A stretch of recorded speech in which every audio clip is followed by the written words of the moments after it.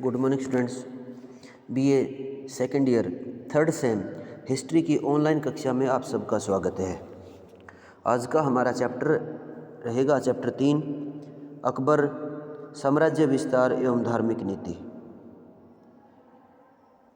अकबर भारत ही नहीं बल्कि विश्व के महान शासकों में से एक था। वह भारत में मुगल साम्राज्य का वास्तविक संस्थापक था।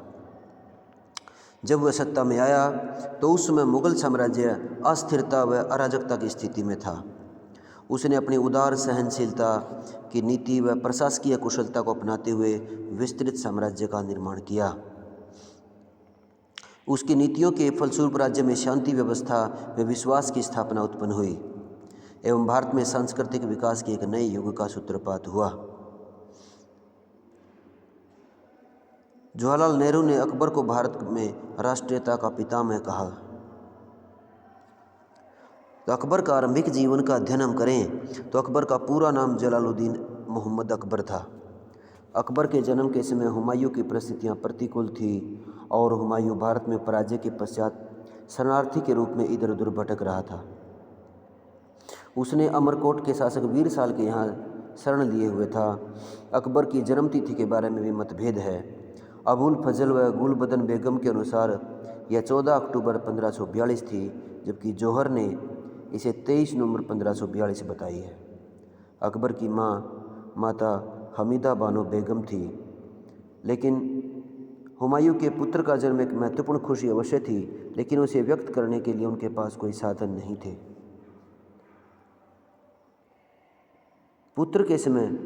पुत्र जन्म के कुछ समय के बाद हुमायूं को ठट्टा व बख्तर के अभियान पर जाना पड़ा। अमरकोट के बाद हुमायूं कंधार पहुंचा। वहां उसके भाई अस्करी ने उसे कोई सहयोग नहीं दिया, परंतु अकबर को रख लिया। यहाँ महम अनगा ने उसका पालन पोषण किया। 3 वर्ष बाद उसे काबुल भेज दिया गया, जहाँ वह 3 वर्ष के बाद अपने पिता से मिला।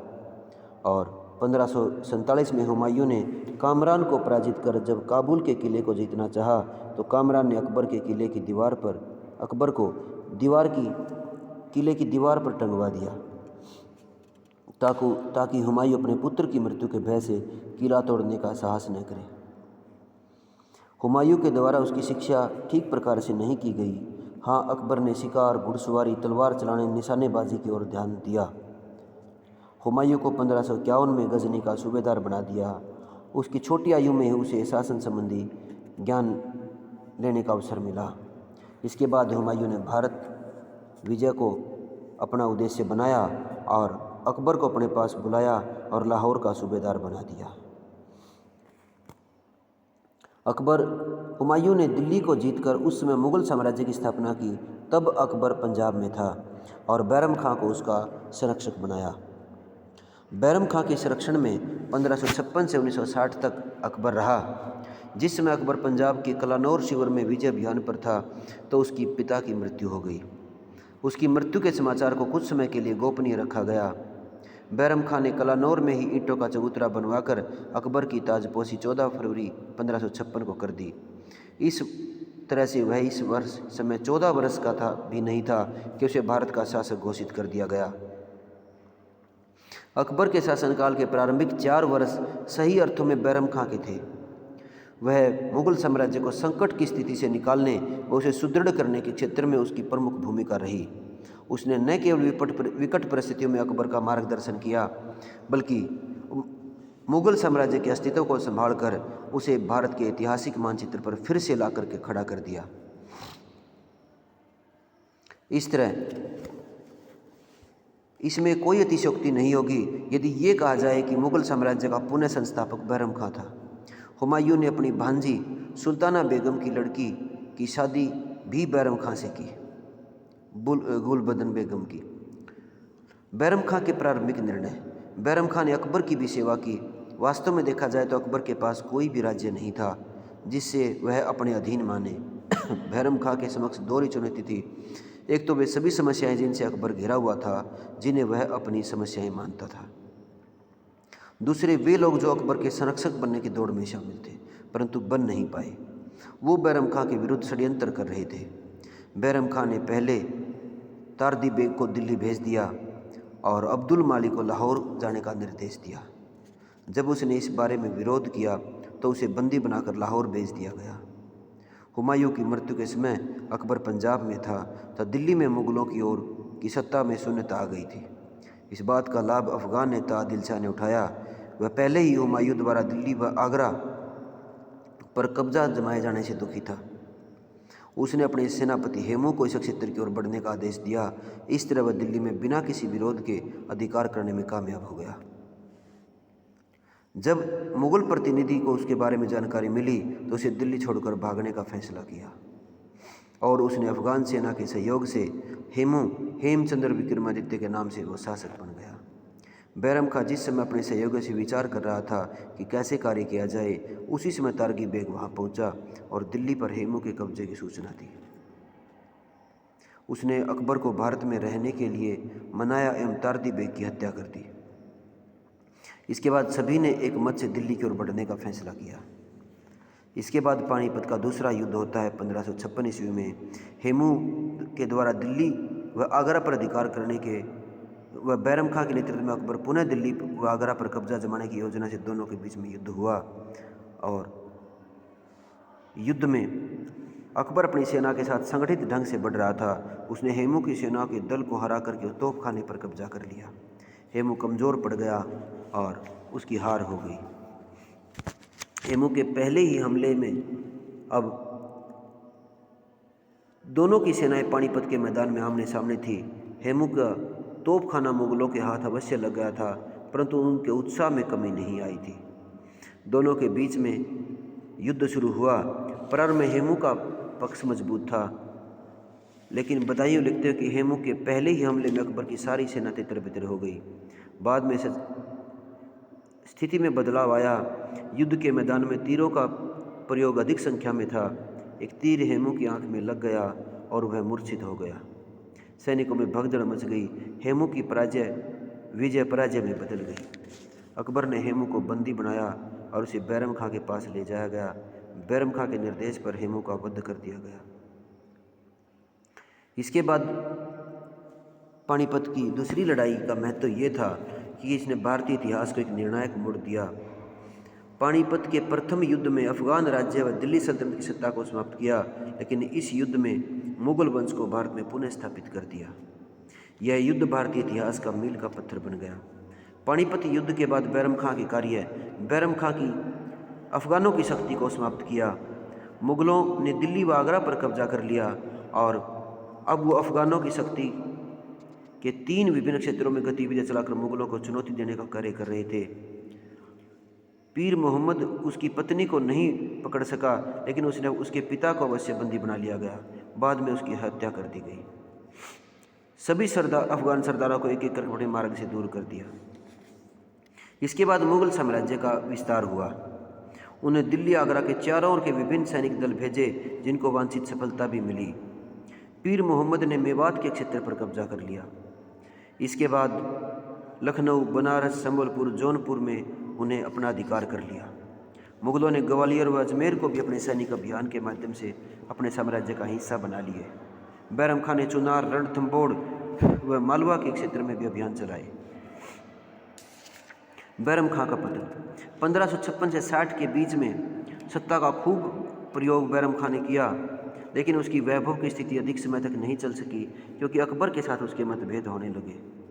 बैरम खां ने जिन परिस्थितियों के बीच मुग़ल साम्राज्य को स्थापित किया, उसकी योग्यता का आभास होता है, लेकिन सत्ता की सुदृढ़ता के साथ बैरम खां की स्थिति मजबूत होती गई और उसकी ये बढ़ती ताकत अमीरों को रास नहीं आ रही थी।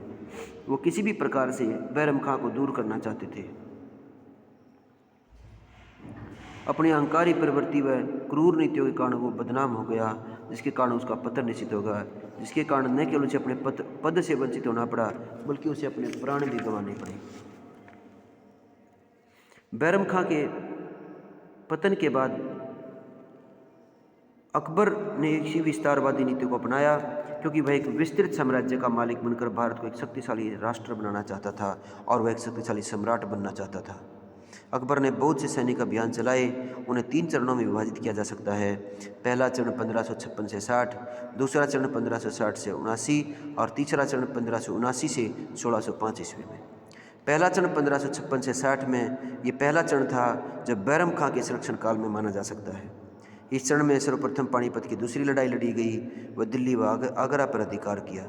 इसके बाद मेवात, ग्वालियर, अजमेर, जौनपुर, मालवा क्षेत्रों को भी विजित किया गया, लेकिन कुछ समय के लिए इसके बाद अभियान रुक गए क्योंकि बैरम खां व अकबर के बीच में विरोध पैदा हो गया था, मतभेद पैदा हो गया था। दूसरा चरण 1560 से 1579 तक चला। उसने सर्वप्रथम अपना ध्यान आसपास के क्षेत्रों पर लगाया और धीरे धीरे अपनी सीमा का विस्तार किया। मालवा सबसे पहले उसका ध्यान मालवा की तरफ गया। मालवा में बाज बहादुर नामक अफगान शासन कर रहा था। अबुल फजल के अनुसार बाज बहादुर अपने संगीत तथा प्रेम संबंधों के कारण राज्य की व्यवस्था नहीं संभाल पा रहा था। अकबर ने 1560 में अभियान प्रारंभ किया और नेतृत्व पीर मोहम्मद व आदम खां को दिया गया और सांगरपुर के पास उसकी पराजय हो गई और वह दक्षिण की तरफ भाग गया। 1562 में उसने अपने दूसरे अभियान का नेतृत्व अब्दुल्ला खान उज़्बेक को दिया और इस बार उसकी पराजय हुई।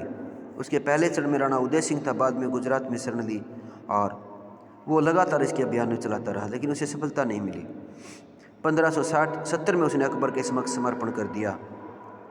जौनपुर व चुनार, इस क्षेत्र में अफगान सक्रिय थे और आदिल शाह का पुत्र शेर खां इसका नेतृत्व कर रहा था। अकबर ने 1561 में अधिकार करने के लिए भेजा, जिसको सफलता भी मिली और परंतु लेकिन उसके विरुद्ध जो विद्रोह हुए वह उसको दबा नहीं सका और वह खुद भी स्वतंत्र शासक बनने की सोचने लगा था। अकबर ने स्वयं जौनपुर जाकर उसे अक्षमा याचना मांगने के लिए मजबूर कर दिया और उसके दुर्ग चुनार पर भी कब्जा कर लिया।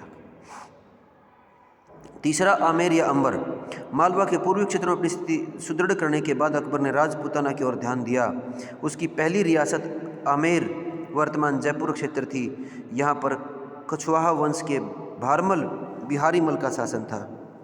वहाँ उसने 1562 में उसने अजमेर मोइनुद्दीन चिश्ती की दरगाह के दर्शनों के लिए जा रहा था। भारमल ने अपने क्षेत्र से गुजरते हुए उसका स्वागत किया तो मेवात के सूबेदार के विरुद्ध सहायता की मांग की।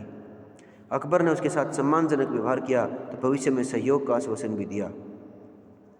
भारमल उससे इतना प्रभावित हुआ कि अपनी पुत्री की शादी अकबर के साथ कर दी।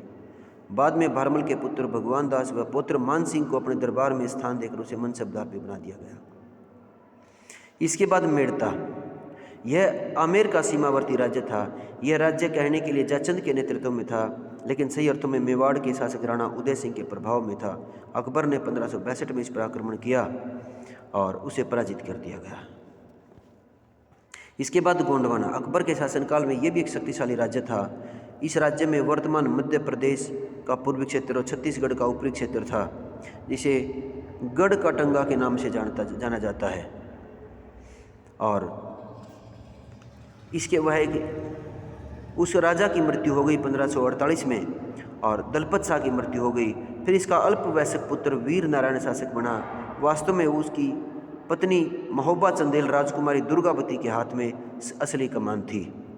वह आर्थिक दृष्टि से महत्व व संपन्न राज्य था और अकबर ने आसफ खां को इस पर अधिकार करने के लिए भेजा और रानी के साथ उसने समझौता करने का प्रयास किया। उसने लेकिन सफल नहीं हुआ। रानी ने आसफ खां को जबरदस्त टक्कर दी, स्वयं हाथी पर सवार होकर युद्ध में उतरी, लेकिन युद्ध में उसका पुत्र मारे गए और इस प्रकार 1564 में मुगलों का गोंडवाना पर अधिकार हो गया। इसके बाद मेवाड़ भी राजपूताना का शक्तिशाली राज्य था। बाबर के विरुद्ध राणा सांगा का खानवा में संघर्ष हुआ और इस बीच राज्य की स्थिति कुछ कमज़ोर हो गई। रानी कर्णावती ने हुमायूं से गुजरात के शासक बहादुर शाह के विरुद्ध सहायता की मांग की थी, लेकिन हुमायूं ने उसकी सहायता नहीं की, जिसके कारण दोनों के अच्छे संबंध नहीं बने थे। परंतु मेवाड़ की स्थिति में बदलाव आया। उसका नेतृत्व राणा उदय सिंह कर रहा था। उसने शूरवीरता और कूटनीति का अभाव बताया जाता है, लेकिन उसने अकबर की अधीनता मानने से इनकार कर दिया गया। दोनों में संघर्ष हुआ। चित्तौड़ पर प्रथम आक्रमण, 1566 में ही चित्तौड़ पर आक्रमण की योजना बनानी शुरू कर दी थी, लेकिन उसने 1567 में स्वयं आक्रमण करने का निश्चय किया और चित्तौड़ को चारों ओर से घेर लिया। उसने 4 महीने तक इसे घेरे रखा, लेकिन कोई सकारात्मक परिणाम नहीं हुआ। राजपूतों ने जैमल व फत्ता के नेतृत्व में कड़ी टक्कर दी। राणा उदय सिंह तो अरावली की पहाड़ियों में चला गया और उसने वहां जाकर एक नए नगर की स्थापना की जो उदयपुर के नाम से जाना गया। अकबर ने चित्तौड़ के जिले को बारूद से उड़ाने का प्रयास किया, लेकिन जिसके कारण यह किला क्षतिग्रस्त हो गया, लेकिन वो किले में प्रवेश नहीं कर पाया। एक दिन जैमल 1568 को इस किले की मरम्मत करवा रहे थे कि अकबर ने उसे देख लिया और उस पर गोली चलाई, जिससे उसकी मृत्यु हो गई। और इस समय मुगलों ने किले में प्रवेश कर लिया। फत्ता के राजपूतों ने उसे टक्कर दी, लेकिन अकबर ने अब किले पर अधिकार करने में कामयाब हो गया था। महाराणा प्रताप से संघर्ष। राणा उदय सिंह की मृत्यु के बाद उसका पुत्र महाराणा प्रताप शासक बना। उसने अकबर के शासनकाल को मेवाड़ से समाप्त करने का फैसला किया। उसने छापामार यानी गुरिल्ला युद्ध की नीति अपनाई। अकबर और महाराणा के बाद 1556 में हल्दी घाटी का युद्ध हुआ। इस युद्ध में महाराणा प्रताप की हार हुई, लेकिन उसे पकड़ा नहीं जा सका। उसने अकबर के विरुद्ध अभियान जारी रखे। कर्नल टोड इस बारे में लिखते हैं कि अरावली की पहाड़ियों में एक भी दर्रा ऐसा नहीं है जो प्रताप के किसी न किसी वीर कृत्य से, किसी न किसी शानदार विजय से अथवा किसी न किसी प्रशंसनीय पराजय से पवित्र न हुआ हो। महाराणा प्रताप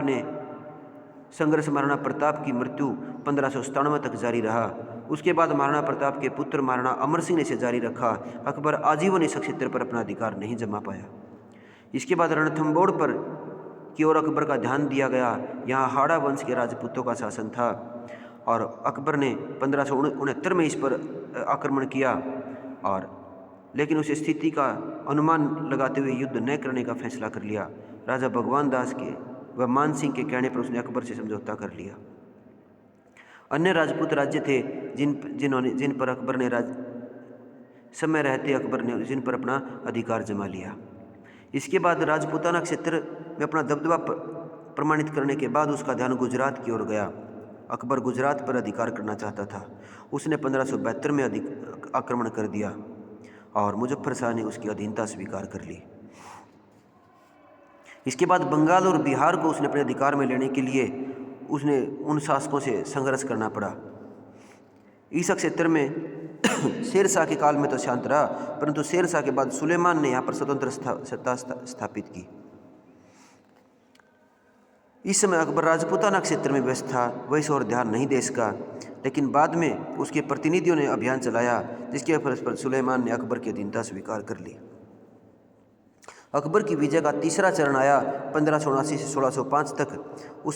वह भारत को आंतरिक रूप से बहुत अच्छी तरह व्यवस्थित अपने राज्य को कर चुका था और उसने दूर दराज के क्षेत्र में अपना सैन्य अभियान चलाया। उनमें उड़ीसा में उन्होंने अस्थिरता का दौर था और इस क्षेत्र में अफगानों को सुरक्षित रखते हुए उसने मुगलों के विरुद्ध कदम उठाने का प्रयास कर रहे थे। अकबर ने 1590 में राजा मान सिंह को उड़ीसा पर नियंत्रण करने के लिए भेजा। मान सिंह ने नए नेता निसार खां को पराजित करते हुए अकबर की अधीनता स्वीकार करते हुए समर्पण कर दिया। इसके बाद काबुल जो उत्तर पश्चिमी क्षेत्र था वो भी सामरिक दृष्टि से महत्वपूर्ण था और यहाँ भी अकबर ने उनका उद्देश्य अकबर को गद्दी से हटाकर मिर्ज़ा हाकिम को सत्ता देना था। लेकिन अकबर ने 1581 में आक्रमण किया, पराजित होने के बाद वो वापस काबुल चला गया। अब अकबर ने मान सिंह के नेतृत्व में यहाँ सेना भेजी तो खुद भी काबुल पहुँचा। ख्वाजा मंसूर की मृत्यु हो गई, जबकि मिर्ज़ा हाकिम यहाँ से भागने में सफल हो गया और अकबर ने पहले बख्तून इंसा को काबुल का सूबेदार बनाया। कश्मीर व सिंध। अकबर ने 1572 में कश्मीर का शासक शाहचक था, जिसने 72 में अकबर की अधीनता स्वीकार कर ली थी।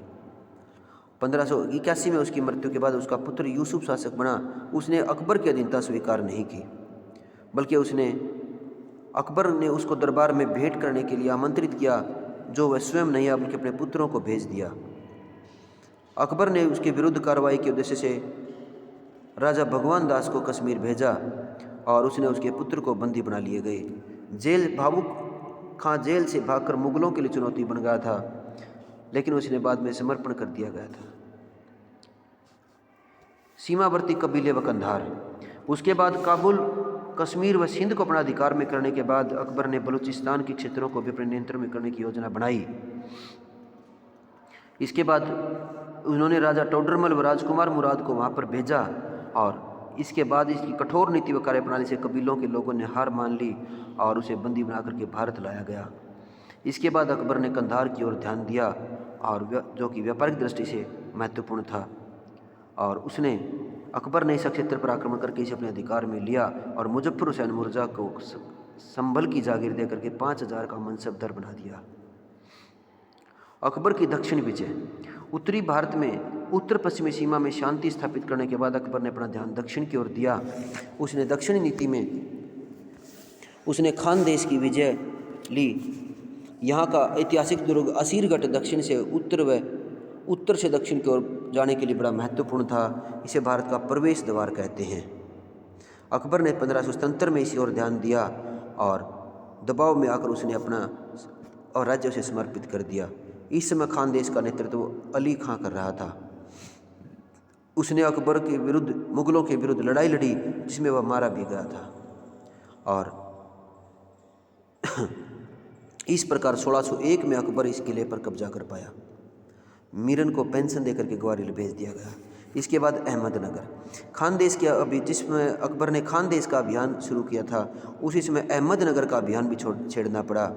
1591 में अहमदनगर के साथ संबंध बनाने चाहे, लेकिन यहाँ के शासक को समझौते की शर्तें पसंद नहीं आई, अतः उनके बीच में टकराव हुआ। 1593 में अहमदनगर के शासक की मृत्यु हो गई और उत्तराधिकार की लड़ाई हुई। मौके का फ़ायदा उठा करके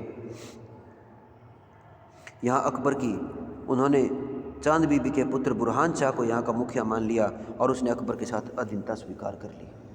अहमदनगर के सरदारों ने संधि को अपमानजनक करार दिया और अकबर का विरोध करने का फैसला किया और 1600 ईस्वी में अहमदनगर पर आक्रमण करके कब्जा जमा लिया। चांद बीबी की हत्या आपसी षड्यंत्रों के कारण हो चुकी थी और अल्पवयस्क शासक को कैद करके ग्वालियर भेज दिया गया। इस तरह अहमदनगर पर मुगलों का अधिकार हो गया, लेकिन स्थायी नहीं रहा क्योंकि अकबर को फिर से खानदेश की ओर ध्यान देना पड़ा तथा सलीम के विद्रोह के कारण इस दिशा में वो ध्यान नहीं दे सका। तो ये था अकबर का साम्राज्य विस्तार। अगली वीडियो में हम अध्ययन करेंगे अकबर की धार्मिक नीति का। तब तक के लिए धन्यवाद।